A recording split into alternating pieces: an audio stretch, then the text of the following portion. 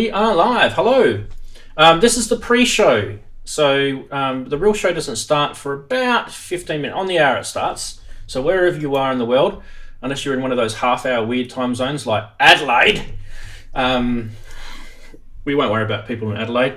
Triple A Berg might be here already. I don't know. He's from Adelaide. But anyway, hi to everybody. Hi to, well, a big warm welcome to, now let me see if I've pronounced your name correctly. I'm saying it's Simon, but it could be Simeon. A big warm welcome to you. You said that you're first time here on the stream, so g'day to you. And also Barramundi's here. And the other guys that are actually talking in the chat at the moment are the people that you can see in front of you. So you've got Darren, Michael, and Andrew. I'll definitely say a formal hello to all those guys during the start of the live show, as I always do. Axelsoft and Hanway, good to see you guys. Tellurian, nice to see you. IP, g'day mate, how you going? Good to see you. Hope all is well. So yeah, we just let us know. Like, we're going to do a bit of a mic check. So Darren, you go first. Do your mic check. 1 2 1 1 2 1 2 1 2. Okay, and Andrew. Check 1 2. I feel like we need to do this. Okay, and Michael. Checking 4 5 6 3 2 1. Okay, I'm going to pop yours down a bit, Michael. Okay, I can turn it down here too, if you want. So Michael's got some. Was that? Check 1 2. Yeah, that's better. Michael's got a reverb issue that he can't seem to remove at the moment.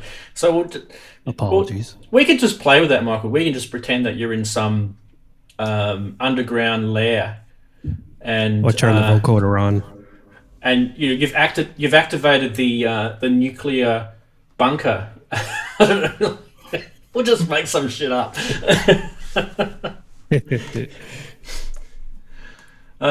Cool.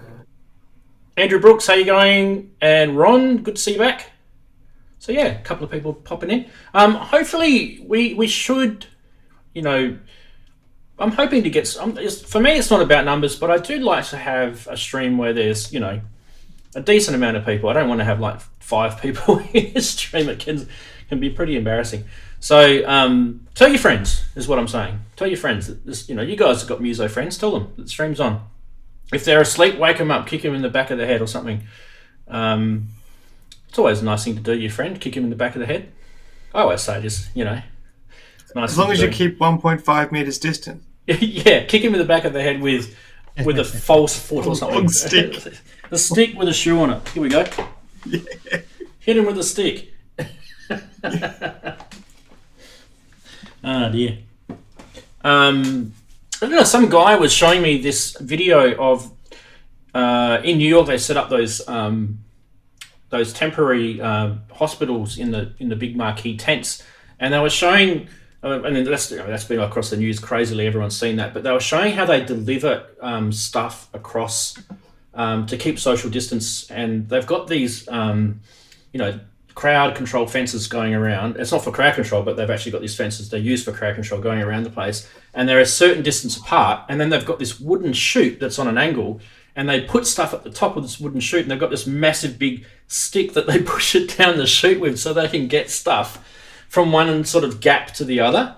It's crazy what they do. It's actually pretty interesting. They're taking it pretty seriously over in New York, that's for sure. And I don't doubt why either. It's pretty nasty what's going on there. Don't be so vain, yeah. Absolutely. So yeah, I'm actually all ready to start the show, but I'll wait until 13 minutes. So we can chew the fat. We can spin a yarn. We can talk about whatever. No one's watching us now. We'll just do whatever we want.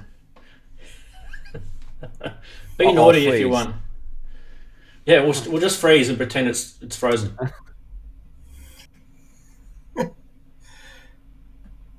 If my internet keeps up, it'll be just like that anyway. How do you freak people out watching streams? As long as you pull a funny face at the same time. Azio's just popped in and he's about to see me do it. because we've got like about a 10-second delay. I'm on low latency. I've tried with YouTube. I've tried all the different. There's 3 different options on streaming. You can do normal, low, or ultra low. Ultra low is no different to low. I don't know what YouTube are thinking about ultra low. Inky's arrived. Hello, Inky. Inky's in her pajamas, everyone. She's gonna kill me. Well, that's what happens when you ask if I can be in my pajamas. You me. Yeah, you went and joked about the internet freezing and it froze on me. It could be my end. I don't know. I mean, I did a speed test before and I had some incredible speeds. I was getting like over 100 down and over around about 80 megabits per second up. And up is the most important thing because once I get your connections down here and then I'm sending them back out the pipe. The good thing is though is when I'm sending you guys out, it's not like I'm sending 4 video signals out. I'm only sending 1 out. So, you know, technically I'm getting you guys in at around about 300k, between 300 to 800k each. Somewhere around there. So it's not taxing on my connection at all. Darren's slightly slow. Andrew is probably the same as Michael's. So I'm getting about 300 milliseconds delay from you guys from your end. It actually gives me a whole bunch of statistics too. Where are you from, Michael? That's stats for nerds. Yeah. Boston. Oh, okay. Massachusetts. How is it over there, Michael? Yeah, wicked pissa. Supposedly that's what we talk like, right? Tellurians. Oh, I have to flag that. Tellurians made a cool comment. Let's Do you have flag friends it. here, Darren? No. Is it going to come up? Why is it not coming up? Oh, there we go. I don't know why, but all my friends are too jealous of you guys to come and watch. Probably because their studios are just guitar and an amplifier. That's the thing. Most guitarists I know, they love synths. Most guitarists are synth people because, I mean, it's probably Pete Townsend's fault with the ARP 2600. Don't you guys agree? You know, with what he did. I mean, that just For sure. that just got all guitarists excited about synths. You know, way back then. So was it Gary Newman who sat there and when he was writing most of his music, he was just trying to write guitar lines on synths as well? Yeah. yeah, Gary Newman was always a bit more synthy though, wasn't he? He wasn't like a true like guitarist. He wasn't one of those sort of people. No. Yeah. You know that was done with the tremolo though, right? Yeah. Maybe even an LFO. Triple Eight Berg's rocked up. Now Triple Eight Berg's got that weird half-hour time zone, just to throw everybody out. I wonder how many people had poked their head. Half-hour time zone. Yeah, his time zone doesn't. You know how most time zones sit on the hour? His time zone sits on the half hour. It's just weird. It's just so bizarre. But then again, it says a lot about the people that live in that part of Australia. I'm just kidding. I was born there, so I can say that. I'm allowed to say that. Dear me. Triple Eight Berg knows that I was born there. He wasn't born there. I think he comes from your part of the world, Darren, if I remember rightly. So we won't hold that against him. No. Oh. That's bring that. He's gone, oi! It just takes a while for them to catch up with what I'm saying. Oh dear. Yes, that's it. I'd say most guitarists that I really truly respect have been very good synth people. Like look at David Gilmour in what he's done with synths. You know, he's a brilliant guitarist. Well, it's arguable, but I still believe his version of the story is true. That the VCS3 sequence that we all know on Dark Side of the Moon was actually programmed by David Gilmour. So there you go. And you can argue with me about that if you want. You can argue with me and Dave. Me and my mate Dave. We'll argue with you about it if you don't. If you think it was Roger or if you think it was Richard, then you got rocks in your head. It wasn't Roger or Richard. It was definitely Gilmour.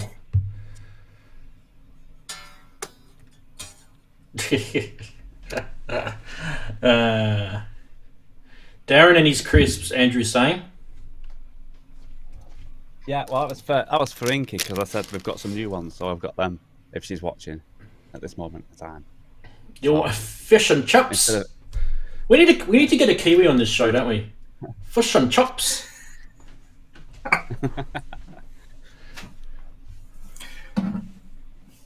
I hear when you're overseas, they don't ask you if you're Australian. They ask you if you're New Zealand because if you're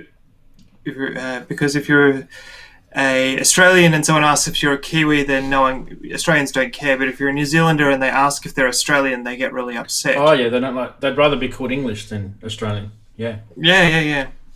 Unless you're married. So everywhere I went, they went, "Oh, are you Kiwi?" And I'm like, "No, but I know why you're asking." Yeah. I've never tried fish and chops crisps before, but they sound pretty much like salt and vinegar. Would that be right, Darren? Just salt and vinegar sort of flavour? Yeah.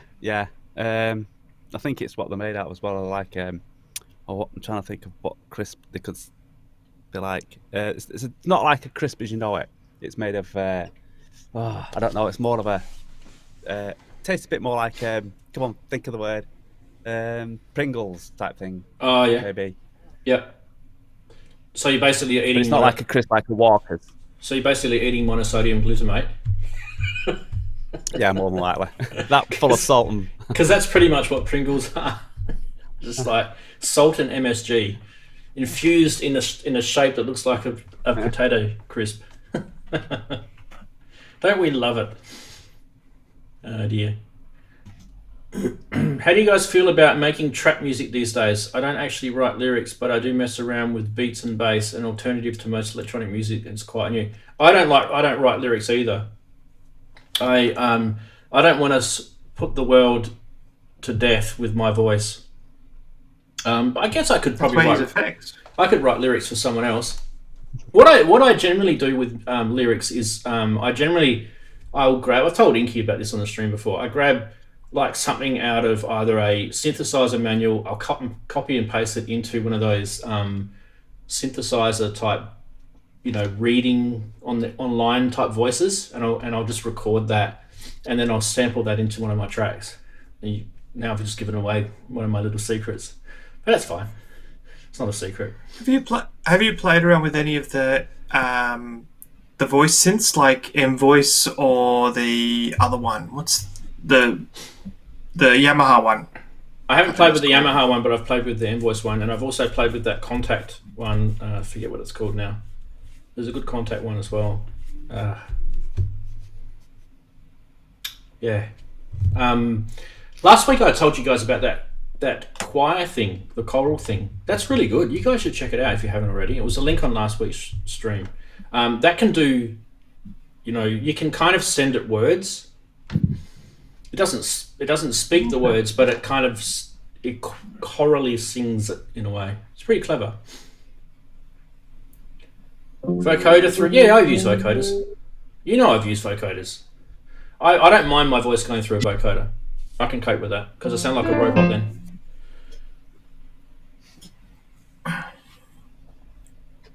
Just be careful saying trap music because some people might actually think you're saying the other word. It sounds like trap.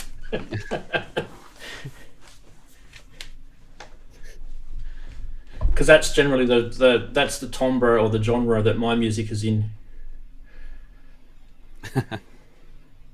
Yeah, mine is.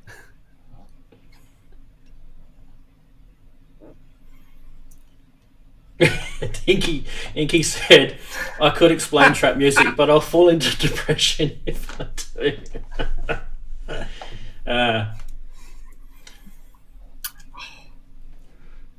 Burned. Oh dear. All right. I reckon what are we? 2 minutes away. Does everyone say it's about 2 minutes away from the hour? Yep. Sounds good. Okay. Let's do this.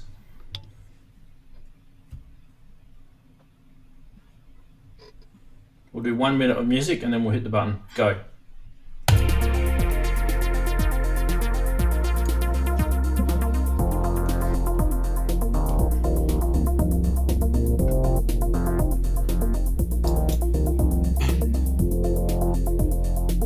We can just talk over it.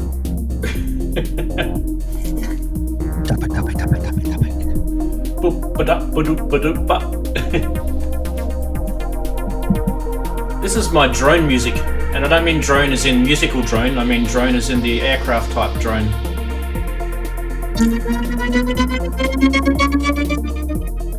Alright, let's hit the button. Go!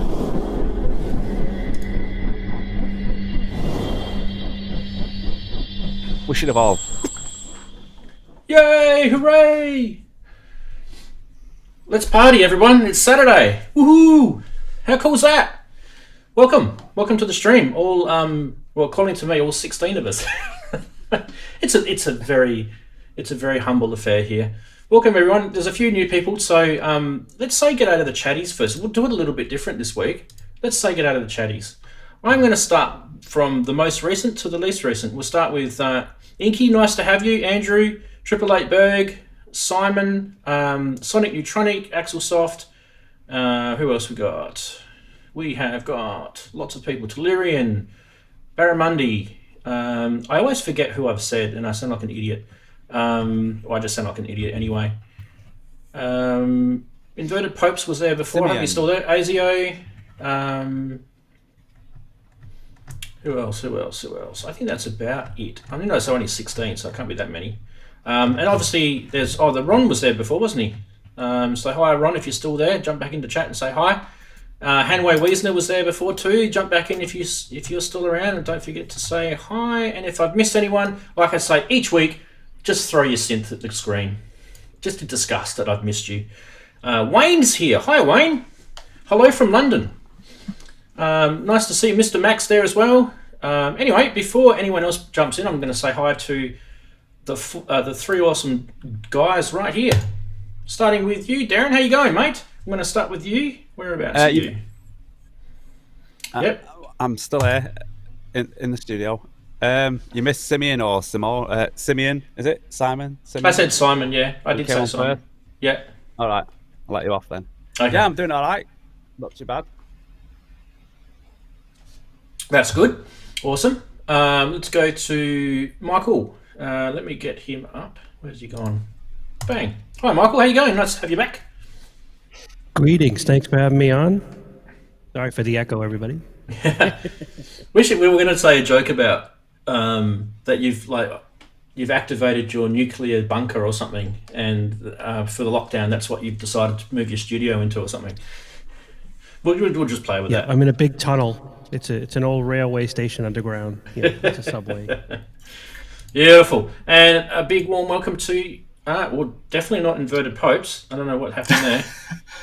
Why did I've you been get, renamed. Yeah, why did you get that? I don't know. That is weird. Because your name is actually here. Hang on, let me fix that. Yeah. See? Look below and it'll be fixed. There we you go. Big hi to you, Andrew. I'm not Inverted Popes. Yeah. Inverted Popes is on I'm good. on the chat saying, what the hell? I'm not there. And I don't look like Andrew. No. Which is a good thing probably for him. Look, yeah, I'm good. It's been a busy week. I've been actually getting back into programming up my MIDI application again. So I eventually will hopefully finish that. So yeah, that's been my week actually. That and work. Well, that's good news. And staying indoors. Staying indoors, of course. We're all locked in. How's everyone going with their lockdown? A few other people popped in just as we started saying hi. Individual 2, how you going? Ken Flux with it. Pierce is there. Nice to see you, Ken. There's a guy in the chat who is raving about ChordBot. So Ken, you might want to talk to him. His name is Simon Perlin. He's raving about the ChordBot, and I know you've got your good mates with the guy that made the ChordBot, so you can chat to him if you like. Put 2 and 2 together. Anyway, we've got, if you're new to this stream, and I know there's a couple of new people that are, so I'm talking to you specifically, we do some regular segments on this show. It is semi-organized and is as backyard as it can get, but it is semi-organized, and I do apologize if it seems a bit corny, but I have little stingers that I'd like to roll, and the first one is for the segment called Funny Side. Let's roll the stinger.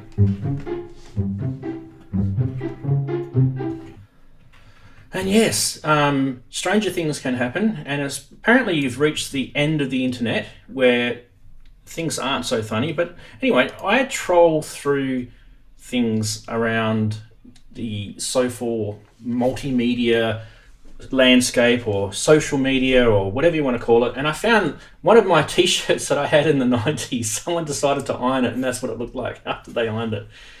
And it says "Do not iron." Does everyone have that Joy Division t-shirt? That's a great t-shirt, isn't it?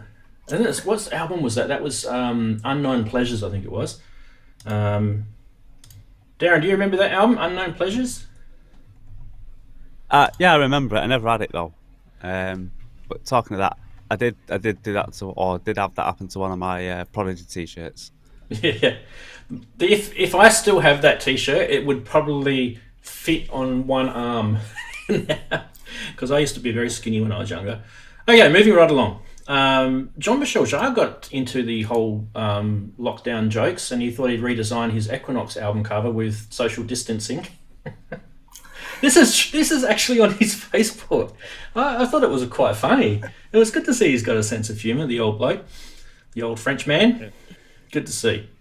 And we also had, I don't know if this is real or not, the Synth Rotec Music View Superstore is having a COVID-19 sale with social distancing instruments, limit of 2 per household. I like how there's the Timberwolf in there. That's pretty good. Check out the one on the right hand side, the saw with the the bow. Social distancing. Well, it would keep people away. The fife is there, of course, as well. The bagpipes. There you go. What did you guys think of Funny Side this week? Let's just quickly bring this up. Thumbs down or thumbs up or thumbs sideways? Thumbs up from Michael. What's the little mixer on the instruments? The little mixer? Let me just see if I can get this up again. Like, why was that annoying? You mean the Timberwolf? Maybe it's a synth or something. Yeah, it's I a don't know synth. what it is. It's the world's most hated synth. Oh, okay. I mean, I don't hate it, but the world hates it apparently. But yeah, anyway, moving right along, we actually do have we have some news this week. So let's roll the stinger for news.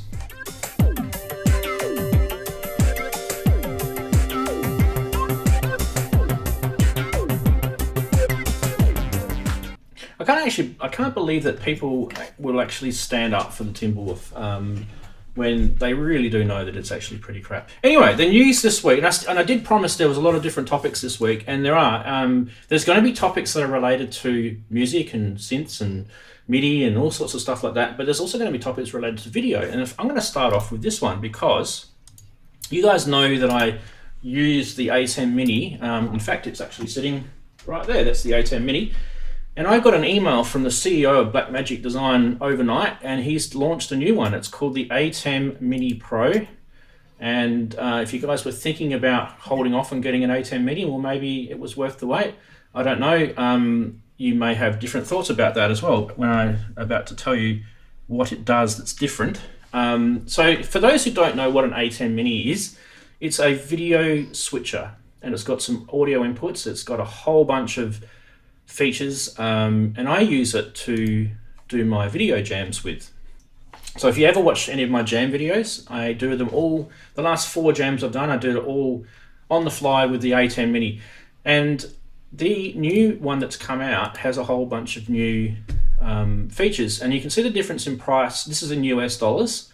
So the A10 Mini, which is the one I've got, is $295, and the Pro is $595. So it's considerably double, isn't it? Really, the price. But anyway, what the Pro features, and looking down the right hand side, if we get that back up again, it's got a whole bunch of features to do with direct recording to a USB flash drive, H.264 format, direct streaming to YouTube via the Ethernet cable, which is the ATEM control port you see down the bottom on the left hand side next to the power jack.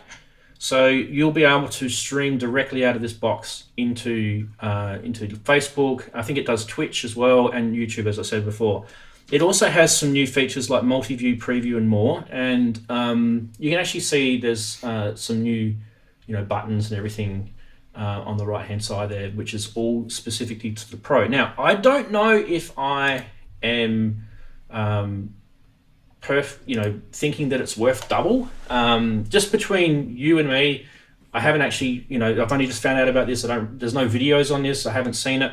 But the good news is, and I know there's a couple of people in the chat room that do have an A10 Mini. If you are one of those people, well, I've got some good news for you. They have upgraded the firmware. So connect your A10 Mini up to your computer.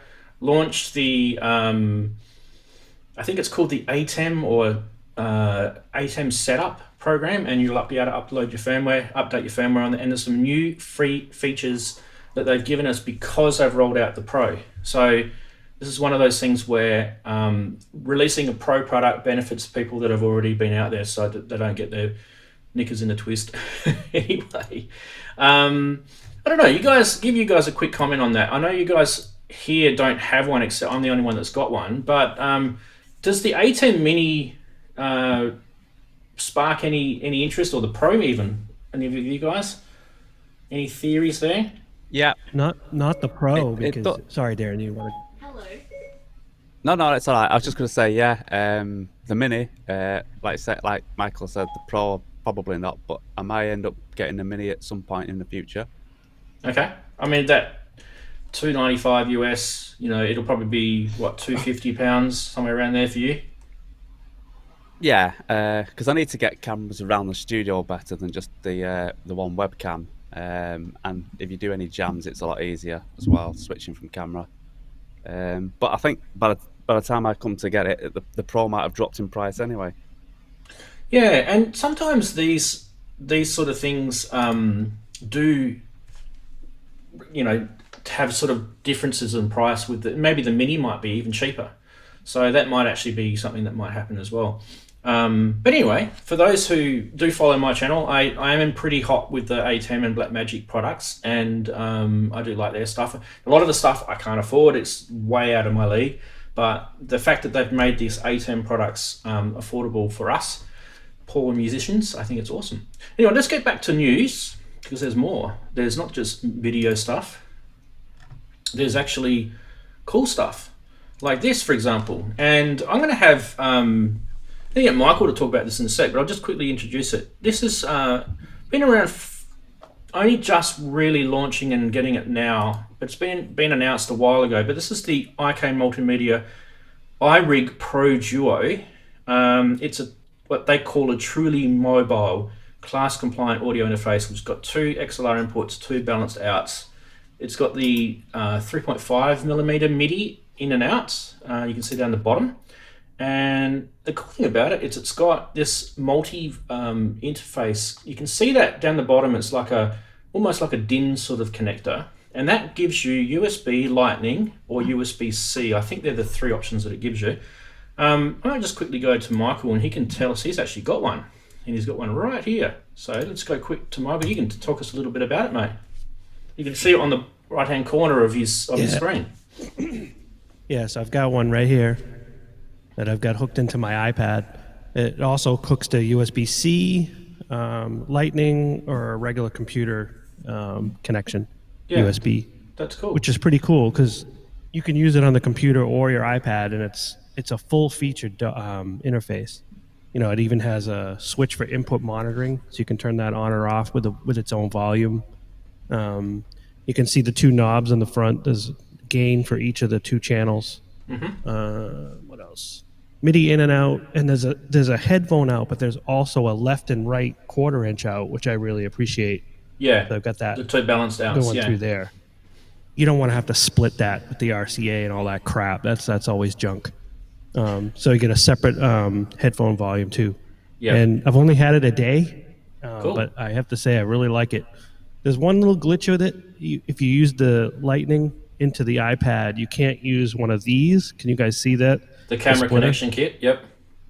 Yeah, so I can use power at the same time for the iPad, so Right. that you don't have to worry about it dying.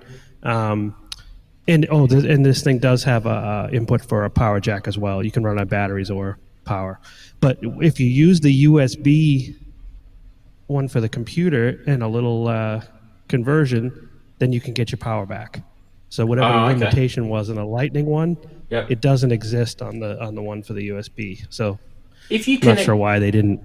so if you connect the power up to it, to the actual iRig, will that power your Yeah. iPad? If you were just going No, straight Lightning? that's a complete oversight. It should Yeah. right through the Lightning port. It should, but it doesn't. Yep. Okay. But Cool. That was my only disappointment. But I got around it with this little connection. Yeah, that's a good little hack. Good little pro tip. Yeah. Now they're priced at $199 and almost 99 another $1 there. So you might as well say the better part of $200 US. You can get a bundle as well. Now the bundle probably may be of more interest to some people.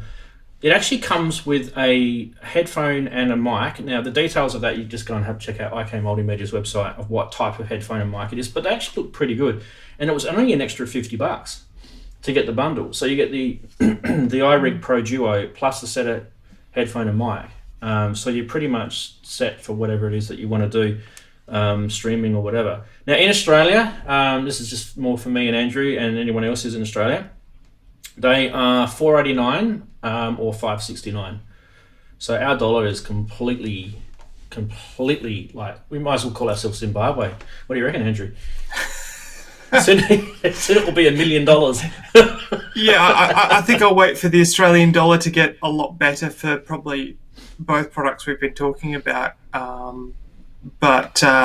Yeah, I mean, it's just 2 in, 2 out, isn't it, on that device? it is. And one of the things I liked about the out is they're balanced out, so you don't get that ground loop noise problem because you're actually putting proper stereo TRS balanced outs in. Yep. Yeah, which can obviously be a big problem. Yeah, look, it's not bad. I'd for $400 and something Australian, I'd probably shop around for a fair bit and compare a few products. But you know, for iPad usage, that's probably the one thing that you probably want to do with as a musician is have a really good interface. And I like the fact that it's also got the MIDI on it as well for the external MIDI gear. Yep. You know, because that's, you know, if you do want to hook up some external stuff, it's actually a good way to go. I'm assuming they're just TRS jacks on those, aren't they? Yeah, it's a 3.5 mil. Yep. Yeah. So, yeah, no, good. It's not a bad product actually. I must admit, I would be probably looking around for something for my iPad setup. I mean, I don't use it enough to probably justify that kind of outlay, but you know, there's plenty of people who are doing that kind of thing, and there's some really amazing iPad apps. You know, as more and more time goes on, I'm wondering if it's better to set that up as a synth rather than having, you know, spending another $1,000 on a synth that doesn't do anywhere near as much stuff. So, Yep. Yeah, that's my path. that's what actually. Yeah, and that's what I really like about some of the iPad stuff. There's some amazing stuff on it. Definitely So getting have a better. good interface to go with. Yeah, definitely getting better. The more processing power the iPad's got, the better those apps will get to it. Definitely. Now, there's more news. Darren, did you want to have a quick word, or do you want me to go to the next one? It's okay because my iPad's like Mark II from 10 years ago. So Fair enough. Like my kid's iPad. All right, cool. Let's go to the next one. Now, this one I actually do have a video for. Yay. Now, this is actually something that really crept up on me, and I didn't really know a lot about it, to be honest. And I saw this I can't remember where I saw this. I think it was through a Facebook feed yesterday or the day before. This is by a company called 64 Pixels, and they've released this little sequencer called the Noodle Box. And I think they're dubbing it as the Happy Accident sequencer, basically. Then the thing that makes it really interesting to me is all the CV connectivity you can see up across the top there. It actually is a 4-track MIDI and CV. It does MIDI as well, of course. And, you know, let's have a look at this video anyway. I think it's worth checking out the vid. All right, let me just cue up the vid. I'm not as professional as some other people, but anyway, let's see. Here we go.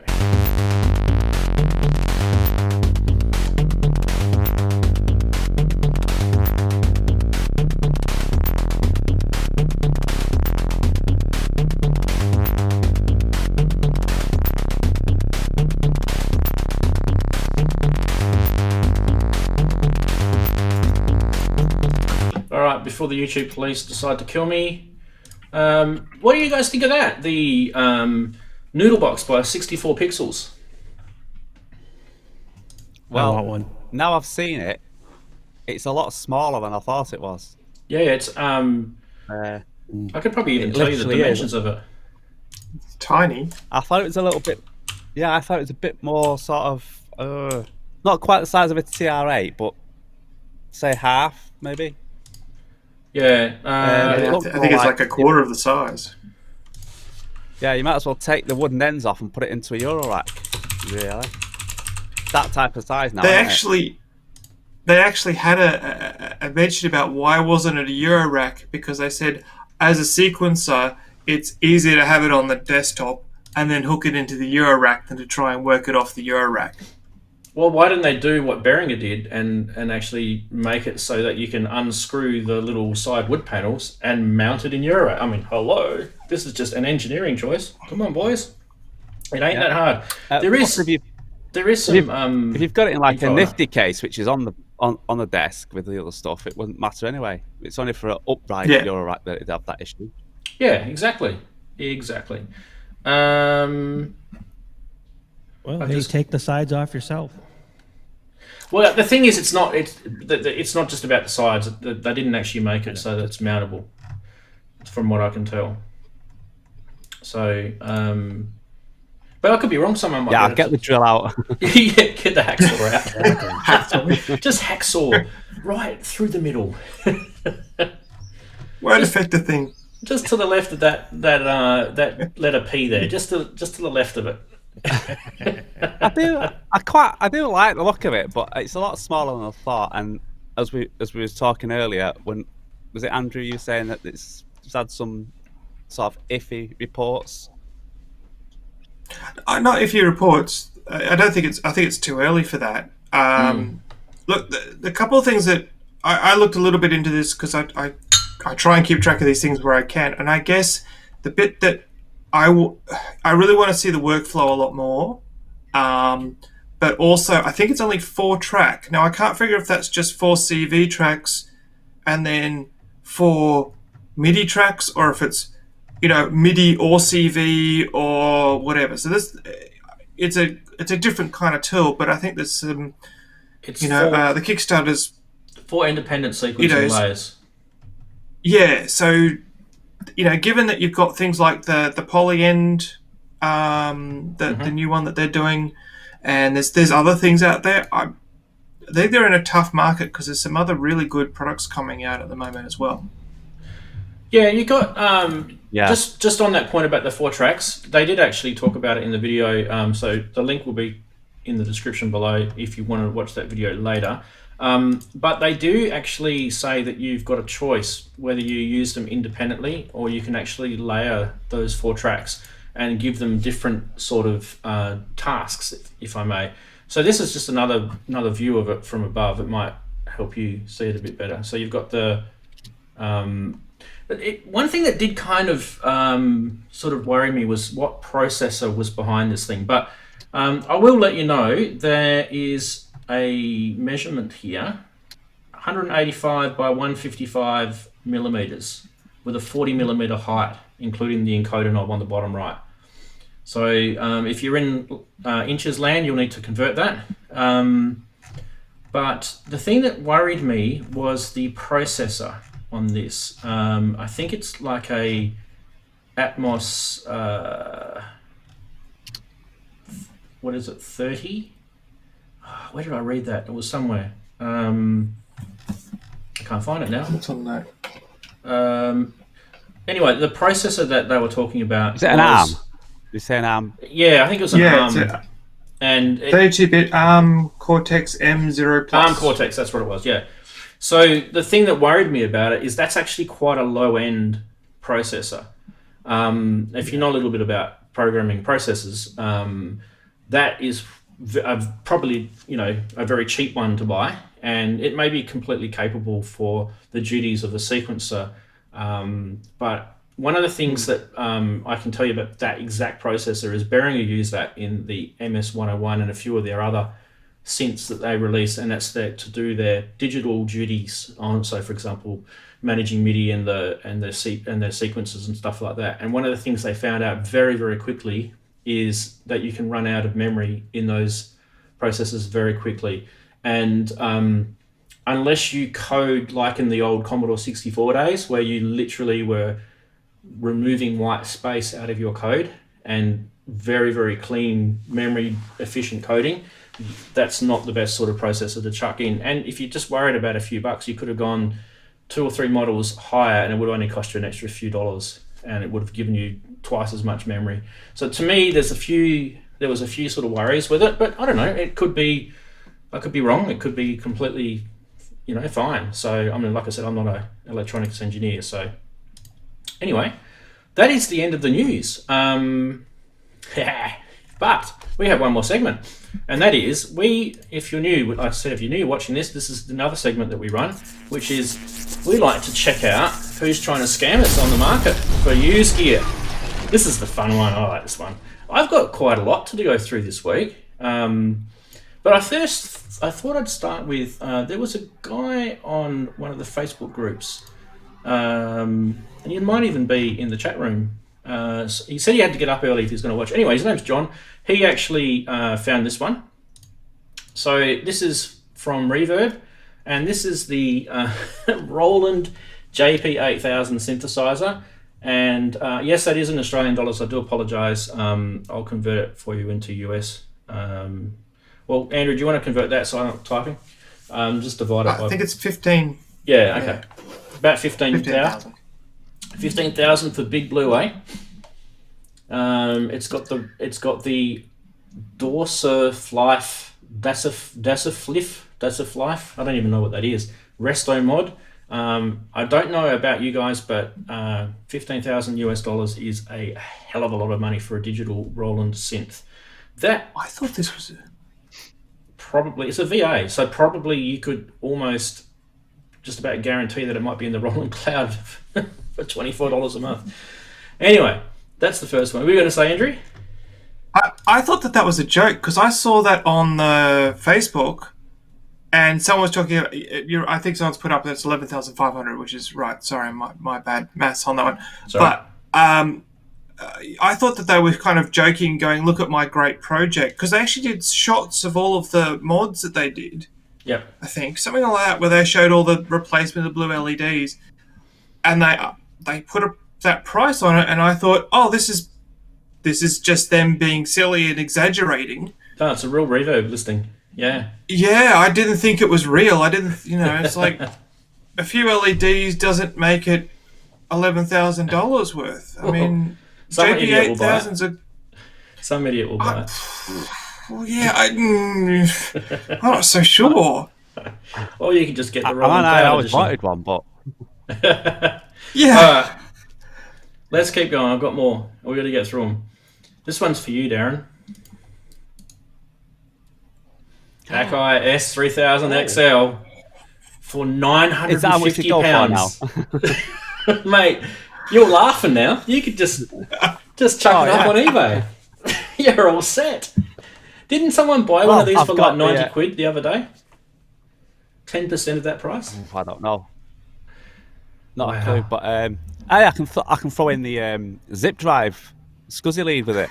Do I get more? Yeah. You could hit over the £1,000 mark for the zip drive. Well, I've got an S9. I've got an S950 as well and an S01. So. Yeah. You'll have to move your camera, Darren. We'll have to have a look later. All right, we'll keep going. Well, my last video's got a clip of it on anyway. Yeah, that's true. Okay, what else have we got? Now this one is, so when I do say about this segment is price scammers as well as price watching. This is kind of somewhere in between price watching and scam. These guys are selling Behringer products for probably about double what they retail at. So just be careful if you're out there. I don't even think the people that watch my stream are the people that really need to be told this. This is probably, most people in my stream are pretty intelligent. So, but buyer beware. I've got two of these to show. 250 quid for a Crave? I don't think so. And also 379 quid for an MS-101. Or an MS-1, I think they call them now, don't they? RD stands for red, the red edition. So, yeah, just beware. Beware is all I'll say. But yeah, gentlemen and ladies, me being the lady, what did you guys think of the scams this week? Oh, the Roland one was brilliant. You'd want to hope that was fully expanded. Yeah. Oh, sorry for the expanded to what? No, I meant the Akai. Sorry, it was. Oh, the Akai, yeah. Yeah. A question from Ken was saying, have I seen if any of these have been sold at those prices? Of course not. But the whole point is, there's a famous Australian movie called The Castle, where the guy sits down with his son on the Sunday and goes through the classified section in the newspaper, and basically they talk about all the things that are for sale. And then the famous line is, $200, they're dreaming. That's kind of the classic line. And so that's basically where we go with this. It's not a forensic thing. Although I will say there is a part where, and Darren can back me up here, I will go through once a month and check out the fluctuating price of the SH101 Roland vintage synthesizer. So I'm actually probably about due for a graph. I don't know if I've done one for March. So maybe we'll do that next week. And that's where I do go in and check out the for sale and sold listings and completed listing prices and actually do proper research and do averages and get into mathematics. But yeah, anyway, that's it. We're finished. They're the usual segments. Now this is the cool part. So I'm glad you've survived and you've stuck through and you're still here. I feel sorry for you that you're still here. But anyway, these guys are the reason why you're still here, not me. So I thought maybe we'll start off with Michael. Michael's pointing his fingers. Yeah. Sure. Hey.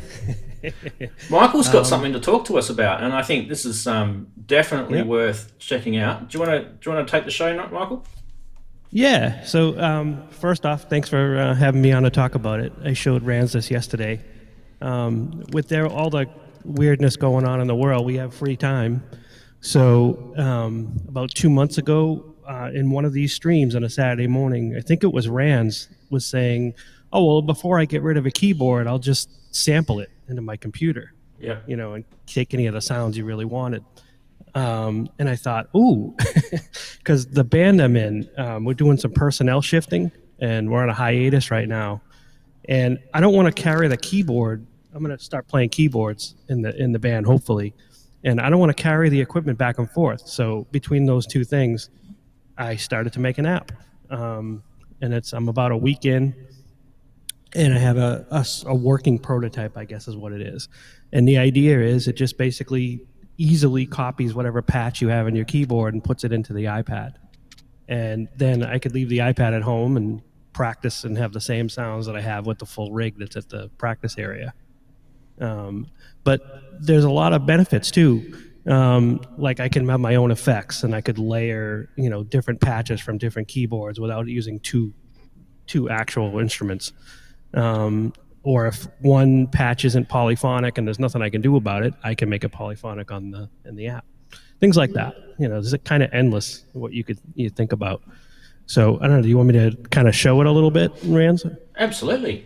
So this is a collection view. You basically just add, a new instrument in, and you go into the capture view, pick your MIDI input. Can you hear the instrument when I play it? Okay. Yep. All right, so then I'll just hit capture, and it's going to pick 7 notes.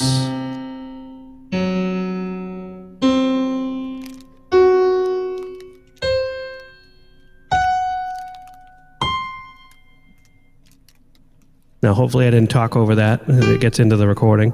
And then when you switch over to the play view, see, it's glitchy, so we'll reopen it. This is a prototype. Yeah. Yep. I mean, you're talking literally like hours old.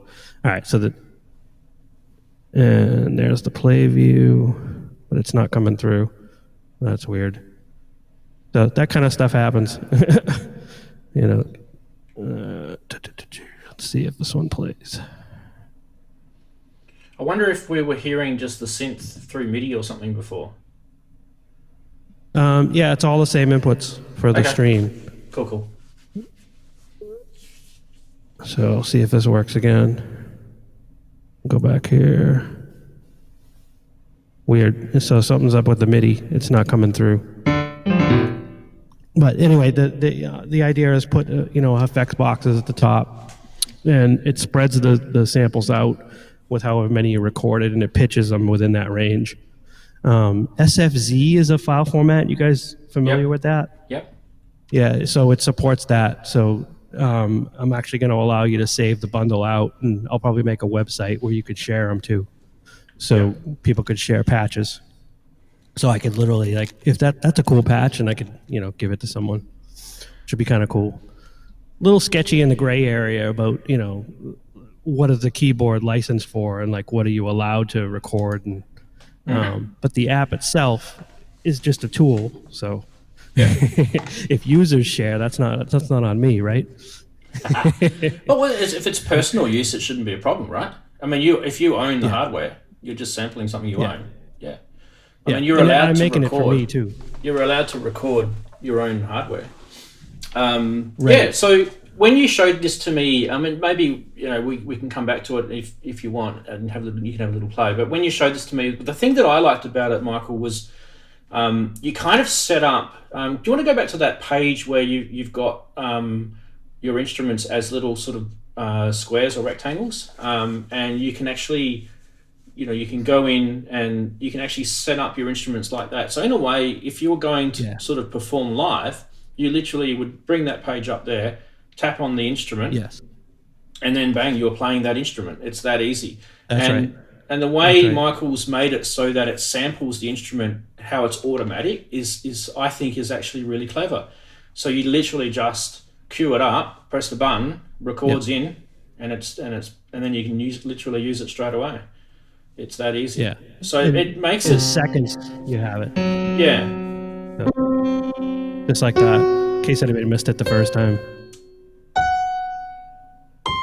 So that's 7 samples, but I'm going to have an option where you could sample more, because sometimes the sound will modulate if you get too far away from the source, sample. You were playing that just then. Just touch the screen again. Yeah, that's actually playing through the keyboard. Oh, okay. Yeah, it's glitching. Damn. It's glitching. Don't forget, as I said before, it is a prototype, so he's in the middle of developing this. What would be good is maybe if you can get a chance, we'll come back to you. You can bring the iPad a bit closer to the camera so we can actually see a little bit closer. That'd be good. But I think, guys in chat, you can definitely ask Michael questions and give him suggestions, because I think this has got legs. I know there's stuff out there that's similar, but I think the way he's approaching on the computer. On the way you're approaching it, I think it's where the genius, I think, comes into it. It's your approach, Michael, that you're trying to make this so that it's really, really simple to use. So literally, you go out, you chuck this in your studio, you sample your instrument, you set it up as one of those little tiles that you've got there, and then bang, you can go literally just lug your iPad to the concert with a MIDI keyboard, and you're playing. It's that easy. Yeah. So this Duo came in just in time. So I don't have to use the desktop interface, which works as well. But Yeah. That's kind of cool. So the bottom of this collection view, the top is going to be patches that are just what you captured, and then below I'm going to have combos, so you can Right. build instruments off the different patches, and then like you'll name it by a song that you're going to play, and then and it's all set up. I think we'll definitely come back and we'll have a look at that a little Yeah. bit closer, because I want you to show that screen where you had some of the sample. You had some parameters that you could change with the samples as well, Yep. and we did talk about some ideas where you could take that further as well. So we definitely need to do that, and maybe if we can get you to, I mean, it'd be awesome. You can show that playback. It doesn't have to be, because it's going to sound the same, but it'll just show people how simple it really is. I guarantee you, I saw it on Skype yesterday working, and it was brilliant. So, and this is just really early days, isn't I'd it? have to turn the interface off, and Yeah. it could be the MIDI cables that are not plugged in tight, because it could just be as simple as that. Right. Okay. Well, So yeah, guys who've got some questions, let's jump over to the chat and see what they're saying. Real quick, just the future of it. The next thing is more effects and an arpeggiator, and those are the two features I'd want to get, and then have it stable before I'd have anybody try it. Yeah. Right. Okay. Cool. All right. So I've got to be really quick because this chat's going crazy tonight. Yeah. So go back a little bit when you first started showing it. So the a few people proposed name is Synth Yeah. Pirate. Synth Pirate. Yeah. Yeah, that's good. So some people are saying it looks really cool.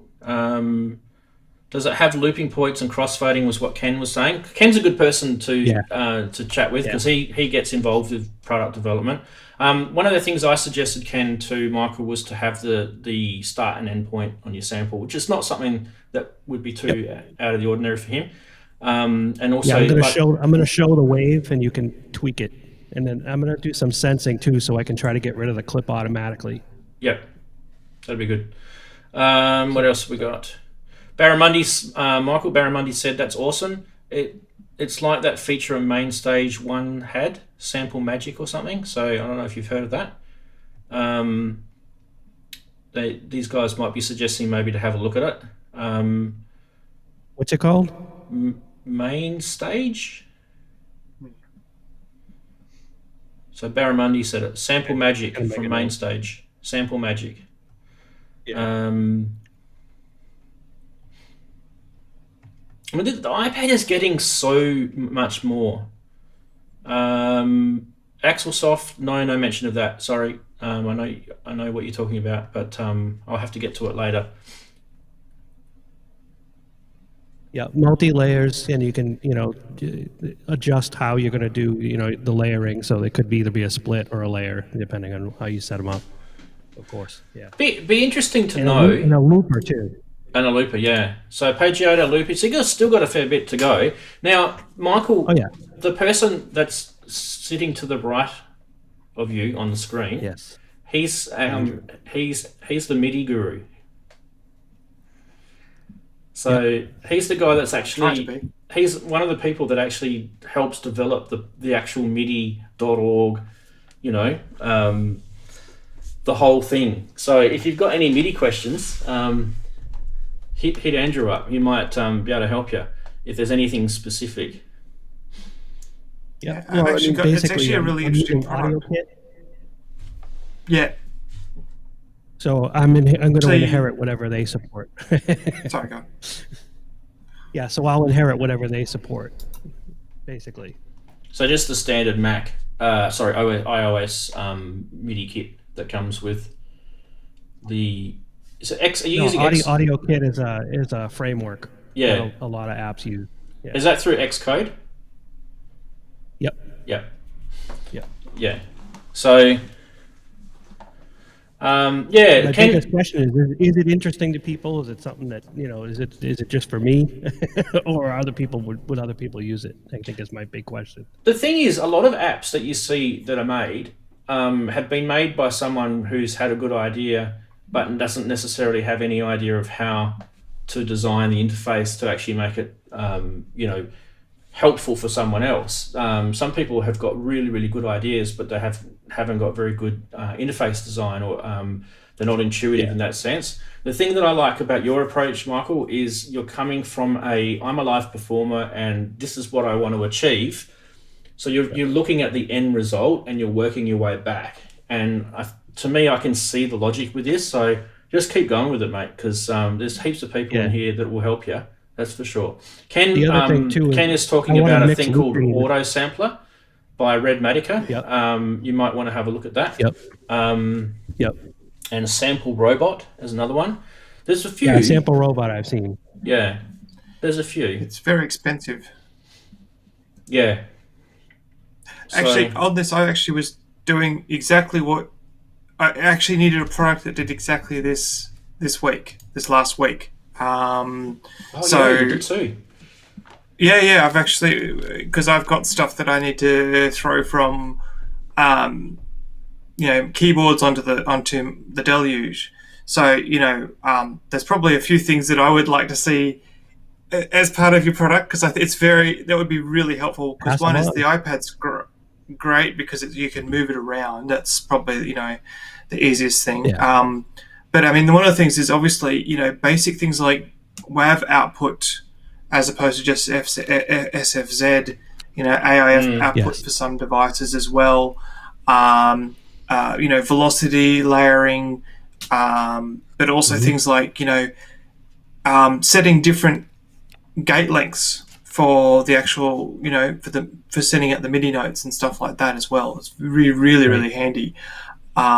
And the idea of being able to just have it in a nice, in a nice graphical user interface, that'd be great, because that was the one thing as I was doing some command line stuff under Linux just to get it to work, and it worked, but it was a lot of trial and error, and it wasn't immediate, and you couldn't stop it halfway through just to go, oh look, I've stuffed it up and things like that. So these kinds of tools are very, very useful, and I think if you can get, and I think the other thing too that you've got going for you is that immediate playability. Okay, I've tried it, and now I can run that sample and figure out the way that I want that to happen.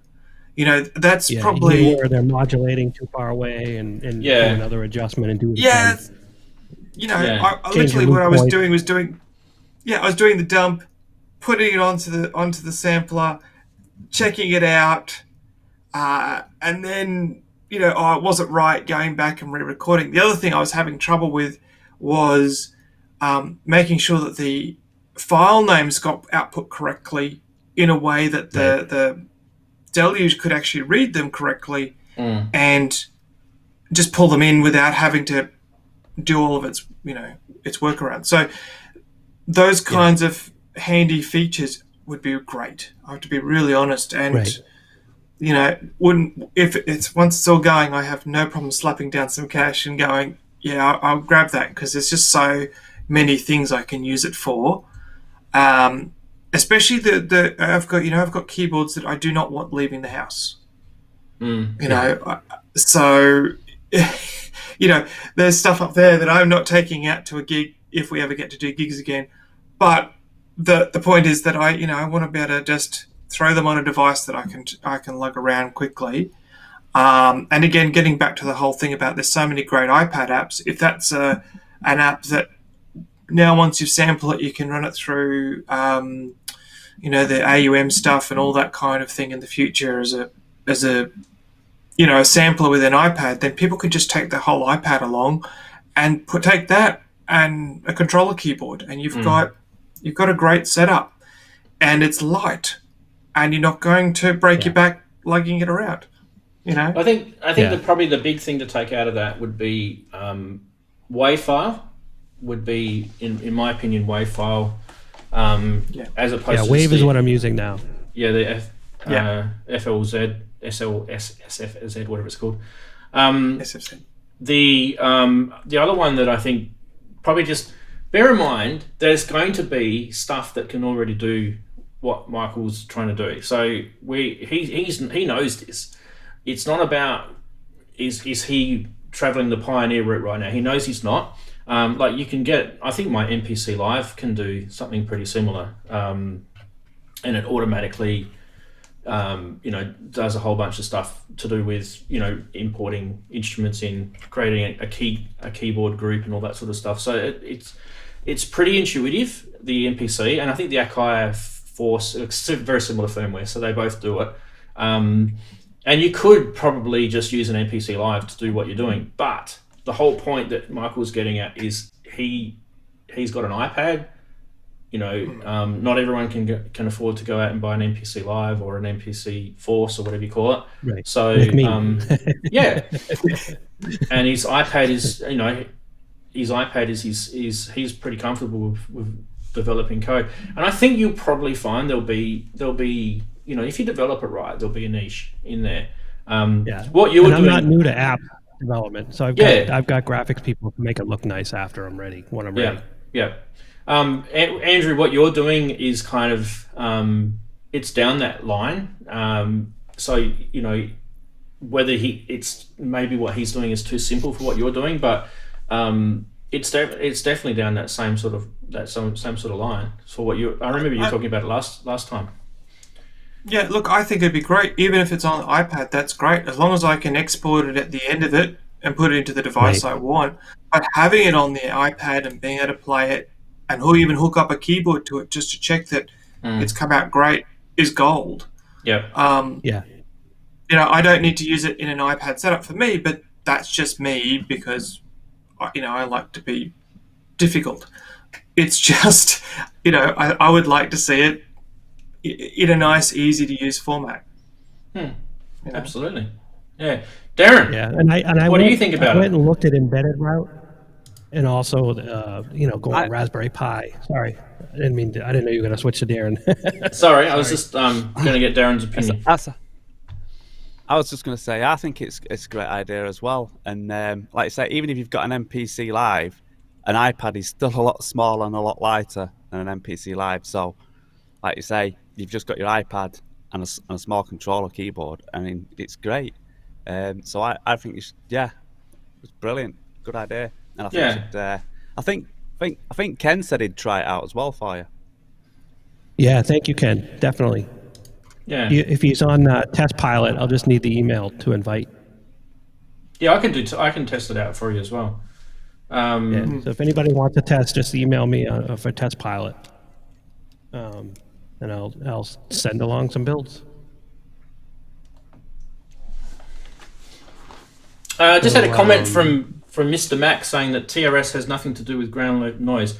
No, it doesn't have anything to do with ground loop noise, but if you use balanced cables in your connection, that's how you can eliminate ground loop noise, especially with things that have got USB connections.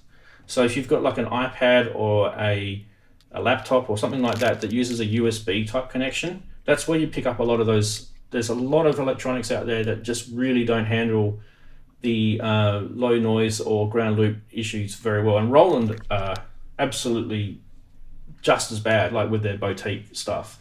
So TRS is how you solve it. If you put unbalanced cables, if you've got a device that has unbalanced connectors on it, then you're just opening it up to that because of the way it works. It's just one of the remedies. It doesn't fix it by itself. It's just a thing that makes it better. That's what I meant by that. It's awesome what Ken said. So yeah, in terms of it depends on ground loop noise is basically so dependent on a whole bunch of things. It could be the way you've got your devices connected up into the same power board or different power board. It could be a whole bunch of things that causes it. So it's not a topic that you can just explain in one sentence. But the point I was making is the iRig Pro, because it has balanced outputs, it helps it be a better type of interface. There are interfaces out there that just have unbalanced outputs, and I'm just making that point. It's just a better thing. Let's not talk about ground loop noise as an argument. Let's talk about the fact that it's got balanced outputs as a better thing.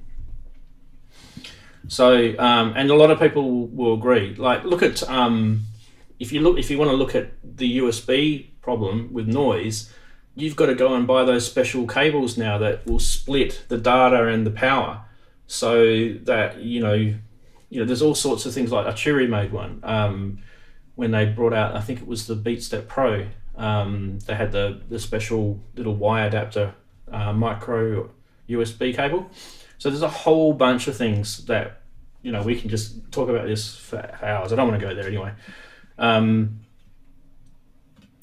I'll connect you guys up, Michael, Ken, and yourself. Okay, I'll connect you guys up. Yeah, thank you, Ken, for the offer. That's awesome. Awesome. I actually wouldn't mind getting an invite to it as well, because I've got Xcode. I haven't touched it for a while, but the last app I did was for test flight. The last app I did was an SSH client. I did an SSH client on Mac, so I could use an SSH. I basically stole the PuTTY core because at the time there was no. You won't need Xcode to test. Just an iOS device. Just an iOS. Okay, cool. I've got plenty of those. So with up-to-date OS. Yeah, probably. With up-to-date, yeah. But mine's up to date, so I don't have to worry about it. The thing I like about my iPad is it's got a headphone socket on it. I do. I don't like the new ones. Too. The new ones don't have headphone sockets on it. Dear. It's scary, Darren, that you think your MacBook is old, because I have the same one. Yeah. MacBook. My MacBook's pretty old. Yeah. I've got a 2015 MacBook Pro, and then I've got a iPad 2 so it's got to be 9-year-old, and I've got a Mac G3 350 megahertz. Oh, the iPad with the thick connectors on the old original iPad connectors on the back. Yeah, the 12. 30 pin.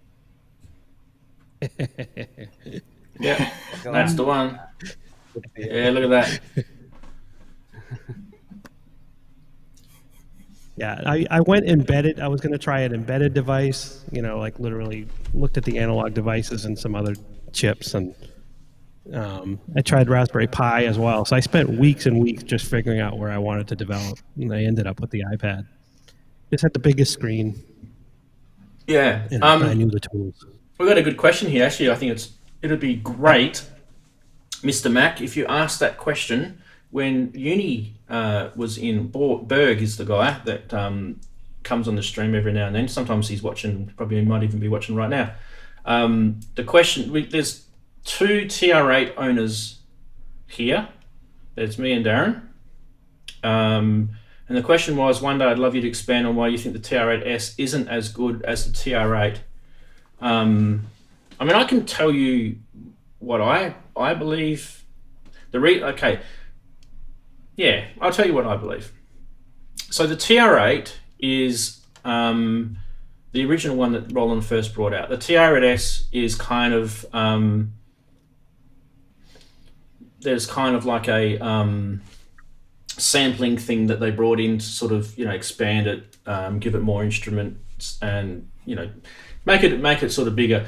And then they brought out the MC707, which is what it's more like a groove box. So the original TR8, I felt the performance sort of layout and just how it all kind of worked with all the sliders and the buttons and everything. I just thought, just from a drum machine point of view, because that's really all I ever use it for.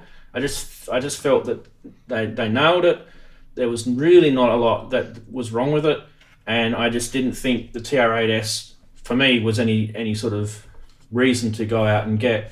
And I definitely think now the TR8S has been, I reckon it's been superseded by the MC707. So if you're looking at getting the TR8S, if that's the reason why you're asking, I wouldn't. I'd get an MC707 instead, because I honestly believe that you're getting the best of a lot of worlds with an MC. Even like Axelsoft is in the chat. He's got an MC101. Go check out his channel. He shows what that can do. But I think the whole sort of the whole world of whether the TR8's good, whether the TR8S is good. It's really just comes down to individual taste, and I think Darren, you're probably in agreement with me, aren't you? What is your sort of thoughts on it? Yeah, pretty much the same as you said. Basically, the TR8 is a drum machine. That's all it is, and that's all you want it to be. Especially if you want to play live or anything. The TR8S, like you say, they basically put a sampler on it and then brought out the MC707, which is, like you say, you're either going to have a TR8 or an MC707. So yeah, they kind of left the TR8S. They shot themselves in the foot, really, didn't they? In a way, it was kind of they went down this hybrid path, and then they kept going down this hybrid path, and they just basically just like a Mack truck, just crushing everything in its path when they brought the MC707 out. I mean, if you don't have a TR8, if you don't have one, I would probably just go straight for an MC. Go for an MC101 or an MC707, depending on your budget. So yeah, well, not getting onto Roland, but they seem to do that occasionally. They have this really good idea, and then they seem to trundle down the path of this idea, and then as people are following it, they just suddenly just leave it to one side and go off on a different sort of vein and leave you all. Yeah. The other thing too, Ron made a good point. There's loads of menu diving in those things like the TR8S and the MC707, whereas there's really no menu diving at all in the TR8. It's all straight on the front panel. Everything that it does is pretty much there. There's a few a few key combinations, but you don't really need them. So I mean, look, at the end of the day, it's got nothing to do with the sound, and I think it's more about the playability is kind of where I was going with it. But yeah, I mean, like, I've told guys this on the stream before, I do like the MC stuff that Roland have brought out. I've got an MC303, I've got an MC505. I used to own an MC808. I sold that because I just thought the sampling side of it was very archaic and pretty useless. I kept the MC303. Yeah, I even froze one. You've even frozen an MC303, yeah. So I mean, I've been playing with Roland MC stuff since the 90s, so I should know a little bit about it. And I do think the 707 and 101 are definitely very good things. Axel Soft, if you've got a spider on your screen, don't blame me. It's not my end. There's no spiders, although I wouldn't care if there was anyway. Spiders in Australia kill you, so if you're going to die, you're going to die. Who cares? Actually, probably more dangerous where Andrew lives than where I live. He lives in a place called Queensland, and they've got these massive spiders where he lives. They've got two big spiders, actually. No, not huntsmans. You've got the St Andrews spider, the big one that you don't ever see them. Those are massive, and you've also got the bird-eating spider as well. Yeah, but nowhere near where I am. About 1,000 kilometres north. Whereas where I live, I've just got the humble redback. That's about it. That's the only dangerous one that I have here. Everyone's got that, so don't worry about spiders. If I had a spider in here, I'd just let it live. My wife hates them though. She was like, I'll tell you a story. When I was young, and we just got together, we had a long distance relationship, and I had this phone call early in the morning one night, and she's ringing me up, and she's like, "I've got this bug in my room." And I'm like living on the other side of the country, and she's ringing me up about a bug. And it was a spider, actually. And she wanted to know how I was going to kill it. I'm like, what do you want me to do? Jump on a plane and kill this bug? So, yeah, I don't have a problem with spiders so much. Yeah. I mean, look, we were talking... Darren and I were talking about ACB before, right? You're talking about the TR8. ACB... versus Zen. I mean, Darren asked me a good question before, and that was, what do I think of the Roland SH01A compared to the Behringer MS101? And I actually think this is actually better for a number of reasons. I think this will probably last longer. I think it'll stay in tune, it'll be more stable. It definitely sounds more accurately like an SH101. It's got 4 voices. Yes, it does have some features that the MS101 doesn't have, and the MS1 does have features that this doesn't have. But I think this trumps it. Look how small it is, you know. Apart from the fact that it's so tiny and you've got big fingers, that's, you know, I don't care about that. I can still use these sliders. So for me, this is better. And yes, it's digital. So what?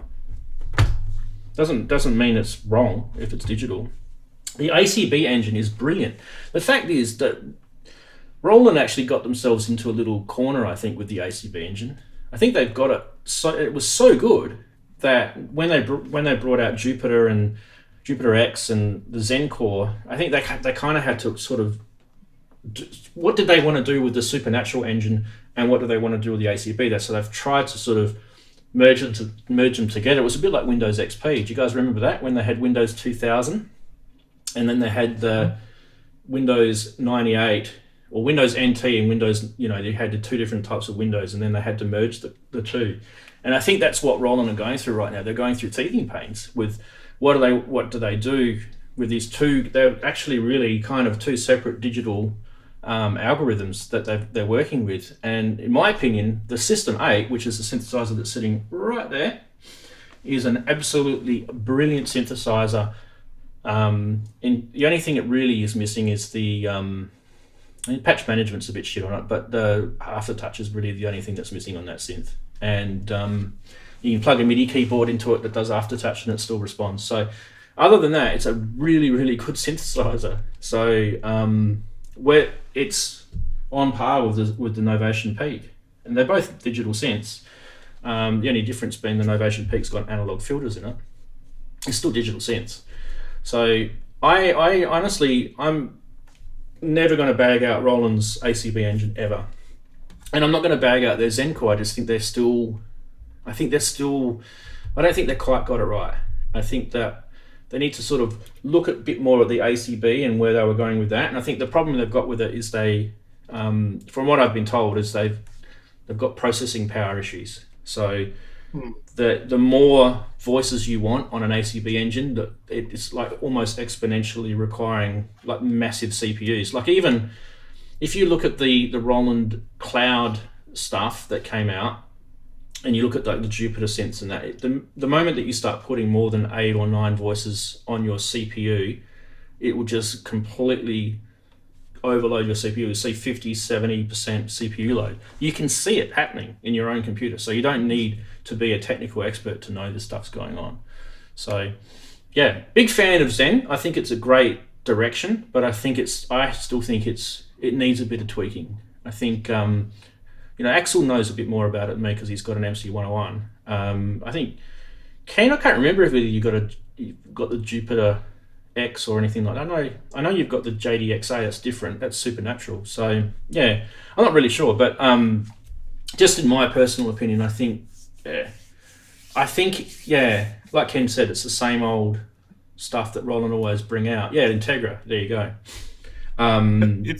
It's funny you're saying this, Rance, because I actually we got to play with the System X with someone who actually owns a Jupiter 8, and he said it's still not quite the same. He said they've come a really long way, but he said it's not the same. But then again, my question with all this stuff is always that people always go, oh, it doesn't sound the same, but how many people have actually directly played with a Jupiter 8? They're not exactly easy to come across and do an A and B comparison. And I think people have to go back to, does it just sound good? Do they like the sound that it produces? And if they do, then, why focus on whether it's exact? Get the sound that you like to use in the track you want. Yeah. I listened to the Jupiter, not a machine for me, but generally it was actually a really nice bit of kit.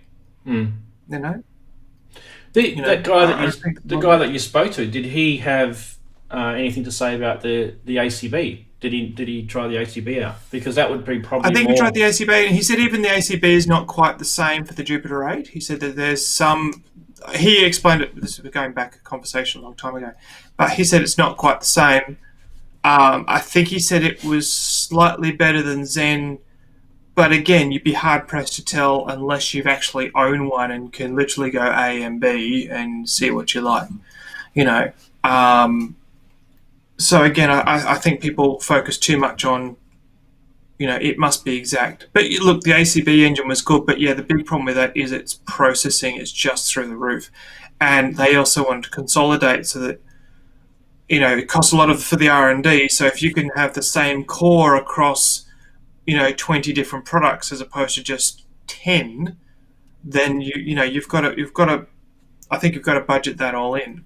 So I think that was the other reason they moved to Zencore, is because Zencore is far, you know, produces really good sound, but also they can use it across the board and not just in hardware, but also in software as well. And I think they'll do a good job of that. I think they'll take some time. I just hope they don't go down the route of Integra, you know, because they do have a name for themselves where they adopt and drop pretty quickly. I mean, we are already experiencing pretty much them dropping the ACB now. I can't see any new products that have got ACB in it in the last 12 months. I'll see lots of stuff. And you won't.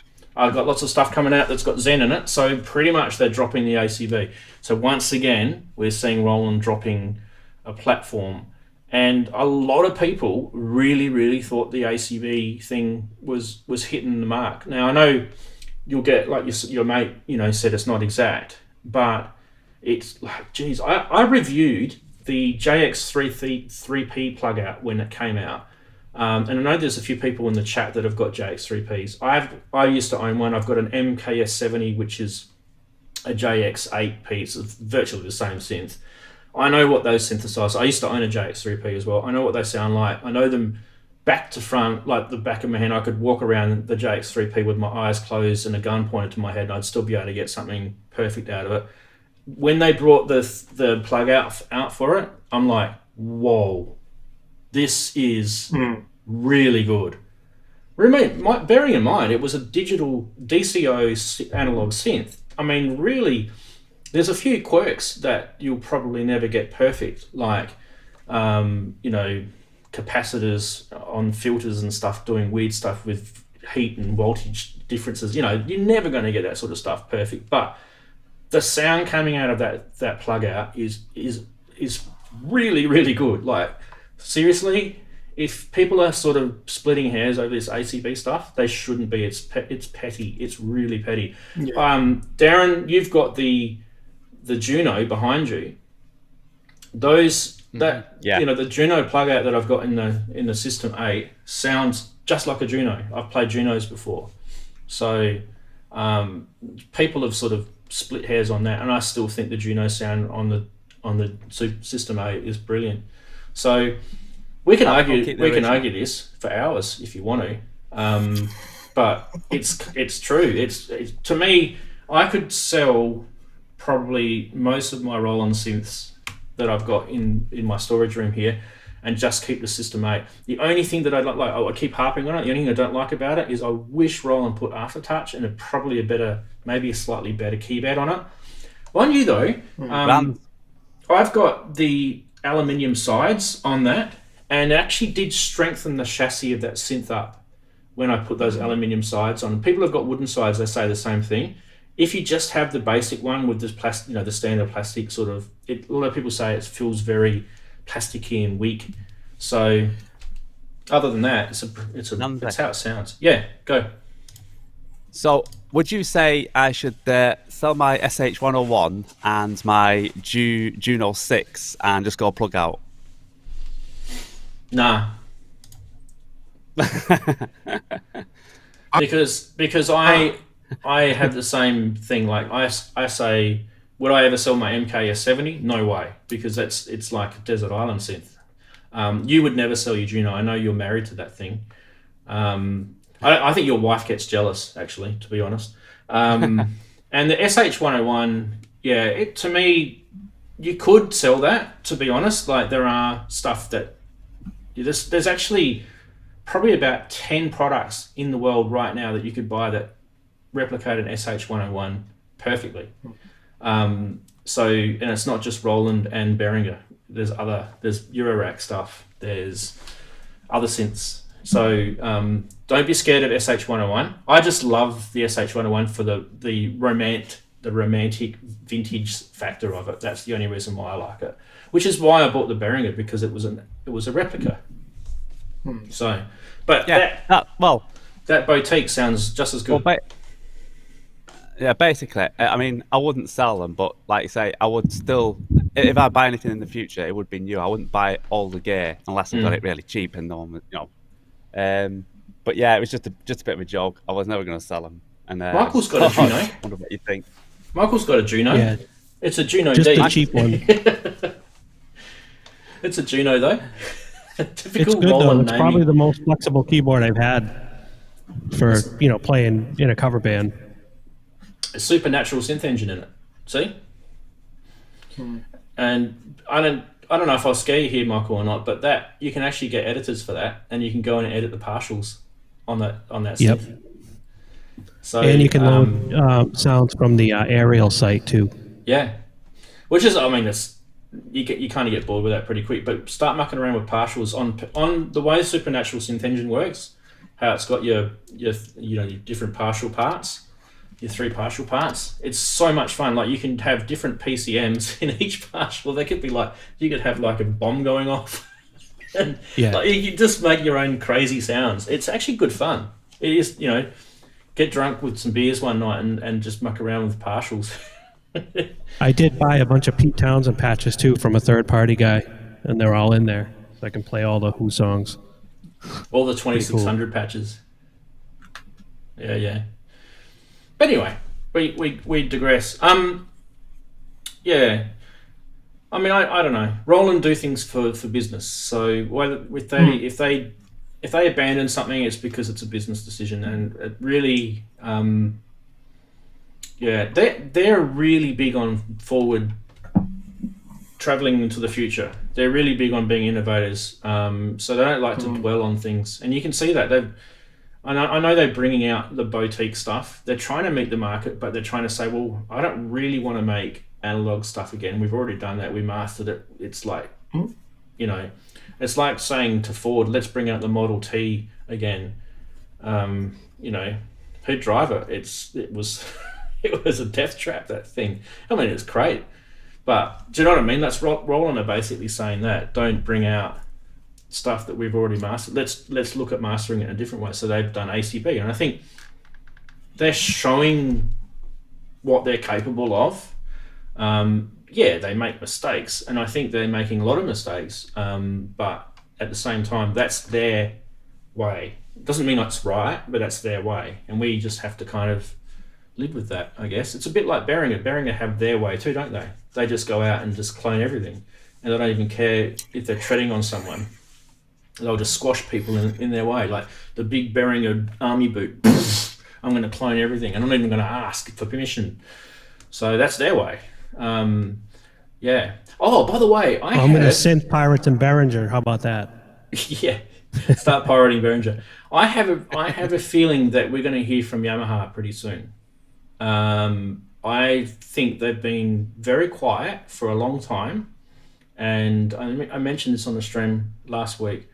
They set up that forum, was it last year, where they wanted people's opinion about whether they should remake the CS80, and if they were, what would it need, whether it was going to be a complete, like what Korg have done, a complete ARP 2600 to the degree of perfection. Although they didn't get the LED light right, according to Mark Doty. Which I found was hilarious when he did his video. Oh god, did you guys see that video when he was unboxing the 2600 and it had the big crack in the side of the case? I was crying. I'm like, what? Now maybe he got it cheap. I don't know the reason behind it, but if someone sent me something and it had a big smash in the side of it, I would be like fuming. Anyway, Yamaha. I believe they're going to be releasing something very soon, and I'm a big fan. Like, we have Dazza on the channel, come on the show quite a lot. He talks about the Montage as being an absolute brilliant synthesizer. I agree with him. I think Yamaha, talking about, what do you call it? Zencore, sorry. Roland talking about Zencore. I think the Yamaha digital engine is absolutely amazing. So, you know, where they go with that, The I don't know. montage is actually an amazing machine. It is phenomenal. It's cutting edge. Yeah. People don't. I think a lot of people don't originally think of it as a synth. And when I first sort of looked at the montage, I kind of went, "Oh, it's just like the Genos, the Tyrus." It's actually not. No. It's actually like this full blown. This a couple years ago, it's a full blown synth engine, and it's the FM stuff's great. The fact that they do someone mentioned it here. The Mod X is actually really good for its price range. There really isn't enough. I mean, I've got the montage here, but the Mod X would be perfectly fine, and it's an amazing. It sounds great, and it will do everything you can possibly want it to do. And the other thing too is it's a flagship. The one thing I will give Yamaha on this thing, and disclaimer here, I have some involvement with Yamaha. Is that they have stuck with one device for the last 4 years or so, and they just provide updates for it. And there are, there's from the limited bits I know, there are more updates coming. They're not forgetting it. They've just released a version 3 or something a couple months ago. So I've got to give them kudos is they don't drop things. The one thing that Yamaha hasn't done versus a lot of other companies. And I find Novation are very similar with their gear is they actually provide firmware updates and they do take in what the customers want. So for a long-term lifespan of a machine that's actually looked after, I've got to give them kudos for that. They build them very well too. Yeah, that thing's built like a tank. Absolutely. Like if you want a synth, it's not going to break. We talked about the System 8 being plasticky. I mean, a System 8 and the montage are different price brackets, but I mean, it's built. But look at the well. Moog X. Moog X is what $1,700-$1,800 Australian. Yeah, it's right? cheaper than the System 8. For 61 keys. It's actually not a lot of money for that kind of power. Even though it's built with a plastic frame, it feels a lot more solid than the System 8. It's a different kind of machine than the System 8. I mean, it is apples and oranges, but you're looking for a 16-channel. 128 voice PCM plus 64 voice of FM plus, and you can throw on samples and all the rest of it. Yeah. Yes. There's not a lot in the price range. There's some Korg stuff, but it's not the same, I don't think. Yeah. So like I said, I just have this. I don't have any NDAs with Yamaha. I don't have any knowledge. I just have this feeling. You know when you get that feeling. I've got a feeling that we're going to hear something from them this year. You notice too at NAMM that they've been pretty quiet for the last few years at NAMM as well. So I mean, really, all they could do, they could just do that vintage synth museum. I think it was last year, wasn't it? It was just awesome, But they weren't really sort of bringing anything new.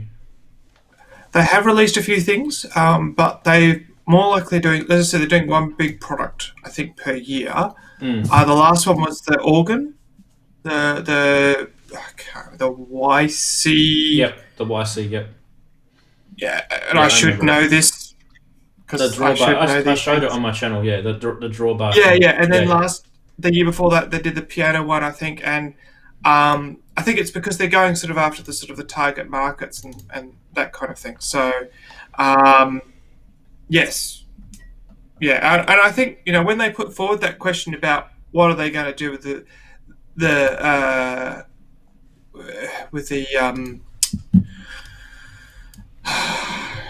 what's their big major? It's just sorry, my brain slipped on what the major synth is. That's the organ one. It's actually a really nice bit of kit, that one. It's beautiful. And it sounds good. But yeah, when they put forward that question about whether people want to see their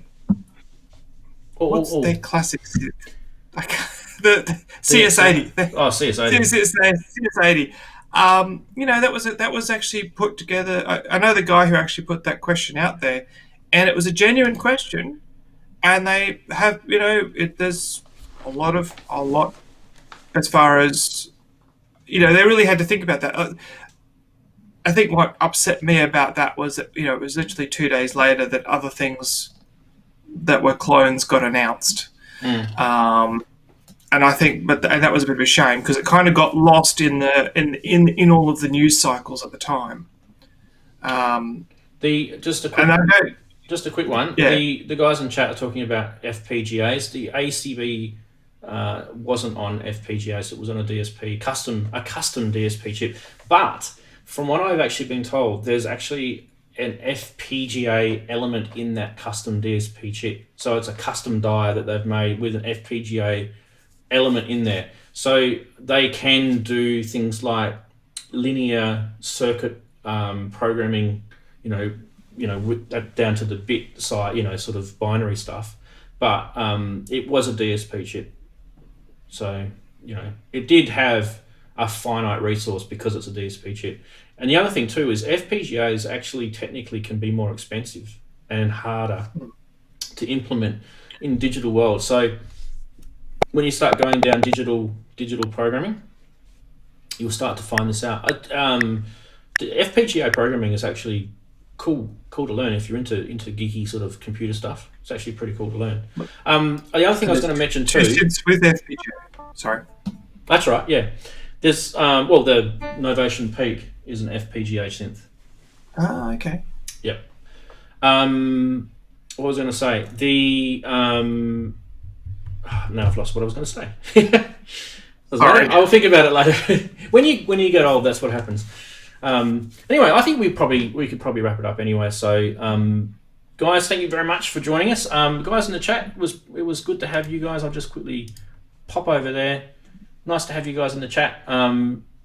Awesome to have you this week. We had a reasonable amount of people this week. I would like more to come on the show. Not necessarily as a viewing video call type people, but more people. So do tell your friends. The only ways. I believe the only way that you can make this thing a better thing is if you tell your mates. Don't be selfish. In this isolation type, especially in this isolation type thing, we can all sort of chew the fat and entertain each other, and I think it's a good thing. It takes us away from that cabin fever issue that we can get by being stuck inside. I don't know where you are in the world, and some people may be allowed out. Where we are in Australia, we are limited to where we can go, and to me it's silly. Even the places that they're allowing us to go, I think that should even get worse. They should lock us down even more. But I do hope all of us get through this, and I really mean that from the bottom of my heart. I think all of you guys are awesome, and ladies as well. Especially, we've got a lady in the chat room, Inky. She's a very good fellow friend in this channel. She's been awesome having her. So everybody, I wish you all the best, and hopefully we'll be back here next week anyway. So we'll just keep playing our music and synthing. Now, what I do want to announce quickly, this is what I was going to say, Andrew, is I am going to look at doing a stream early next week. A lot of you people who live in the UK and Europe probably won't see it because it'll be when you're snoring away. But the stream will be more impromptu. It won't be set like a set show like this. It'll be more, you're going to probably jam, play music and stuff like that. So it'll be sort of early in the week, and it will be around about, this is for you, Andrew, it'll be around about sort of, or I'm saying probably about 11 a.m. your time. Ooh. That will probably be when it's on. So I want to kind of hit the east coast of Australia, New Zealand, and I also want to get people in the west coast of the US because it's pretty early even now for the people in the west coast of the US. So just want to reach a different audience. But anyway, that's all. So make sure you subscribe to the channel, because if you are around or you're having insomnia, maybe you want to stay and watch that. But that will be more sort of impromptu and to do with, jamming and stuff. Anyway, thanks very much, everybody, and big wave from us all. See you later, all the chatties. Have a great week or the rest of your weekend. And I'm going to end the stream right now. My chat